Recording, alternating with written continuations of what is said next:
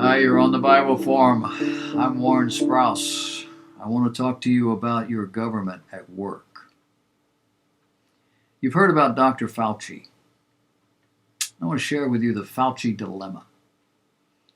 You see, it now seems that many political leaders are extremely unhappy with Dr. Fauci's medical leadership. Additionally, a lot of people on Capitol Hill have also lost respect for the CDC.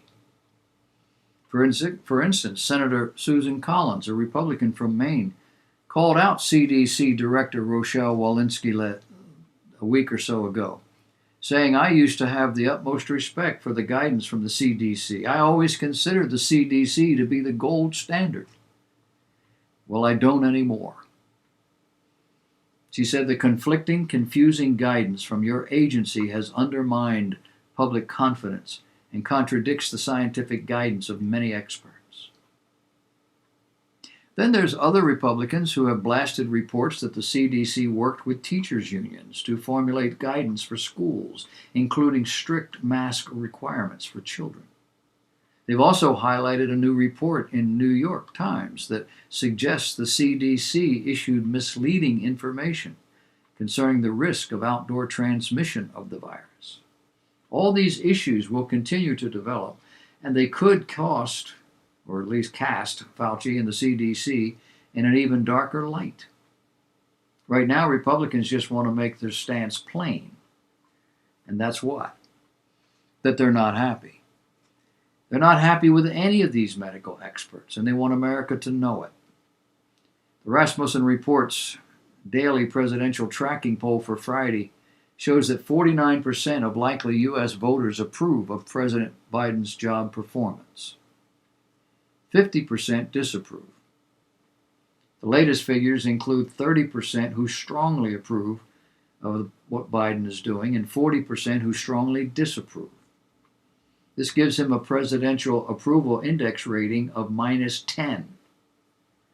And since presidents seem to rise or fall based on ratings, it's going to be interesting to see how all this plays out. ProphecyNewsWatch.com had an article originally posted on JewishNewsService.com. It's all about America's European allies and how they don't get it. Last Monday, the Biden administration put a hold on UN Security Council resolution that would have effectively condemned Israel, along with Hamas, for the current round of violence. The resolution would have called on Israel to prevent Jews from prevailing in an ongoing dispute over Jerusalem property rights, as well as the status quo at the various holy sites around Jerusalem. At the same time, opposing Hamas's shooting rockets and missiles at Israeli cities, towns, and communities. What this would do is establish a moral equivalency between murderous rockets and religious sites, while ignoring the fact that Muslims are storing projectiles, fireworks at the Temple Mount, weapons used against Israeli worshippers. What upset Europeans is that President Biden had put forward these same conditions just a few days earlier. That was before the missiles started raining down on Jerusalem and other Jewish cities. On the one hand, President Biden's Secretary of State, Antony Blinken, and National Security Advisor, Jake Sullivan, have attempted to reassure the pro-Israel community that they are committed to the alliance with the Jewish state, and that given the grim prospects for talks with Palestinians, they're not seeking to invest the same time and energy that Obama administration wasted on that peace process. Apparently, most of the Biden team is made up of people who, like Iran's envoy Robert Malley and current envoy to the Middle East, Hadi Amir, have a history of hostility toward Israel. Biden's foreign policy priority has been an attempt to revive the 2015 Iran nuclear deal, something that's being put in motion by a new round of appeasement by Tehran being carried out by Malley. But that effort and the chill between Washington and the government of Israeli Prime Minister Benjamin Netanyahu left no one in any doubt that Israel was out of favor in this administration. An administration staffed by people who saw it at best as run by Trump allies, allies who needed to be put in their place. Did that contribute to the outbreak of the worst regional violence since 2014 in Israel? The question of who is responsible for the events of the last week or so is not a simple one.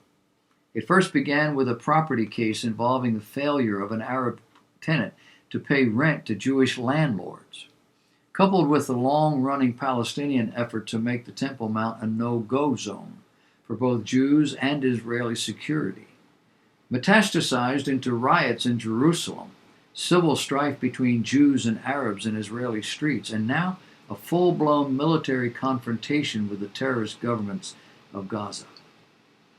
By not realizing that this return to more daylight would encourage Palestinian violence, the president has taken a stable, though insolvable, problem and turned it into a catastrophe. A catastrophe that serves the purposes of Abbas, Hamas, and the growing anti-Israel faction among Democrats, though not the interests of the United States or peace. Are you active military? ProphecyNewsWatch.com. If you are currently a member of the U.S. military and you'd like to keep your job, you may want to delete your social media accounts. We've just learned that the Pentagon is going to begin monitoring the social media accounts of the men and women that are serving in the military with the goal of identifying extremist content. What is extremist content? Well, according to YouTube, it's what I'm telling you now. But posting gun rights images of Pepe the Frog, things like the OK hand sign, the Q in Anon, and come and take it gun rights memes.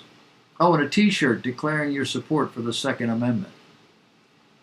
If you have, you do, you say any of these, you are now considered a domestic extremist. You may be drummed out of the Corps. PatriotJournal.com had an article about President Joe Biden. Claimed last Wednesday that the last 5 leaders of the Federal Reserve had declared that his American Jobs Plan proposal will increase economic growth. Is that true? A CNN fact check concluded, however, that President Joe Biden made up support for his jobs plan during recent comments in which he inferred he had support of the Federal Reserve. Apparently, only 3 former Federal Reserve chairs are still living.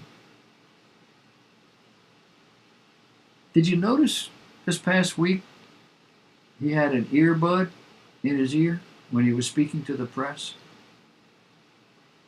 What's that about?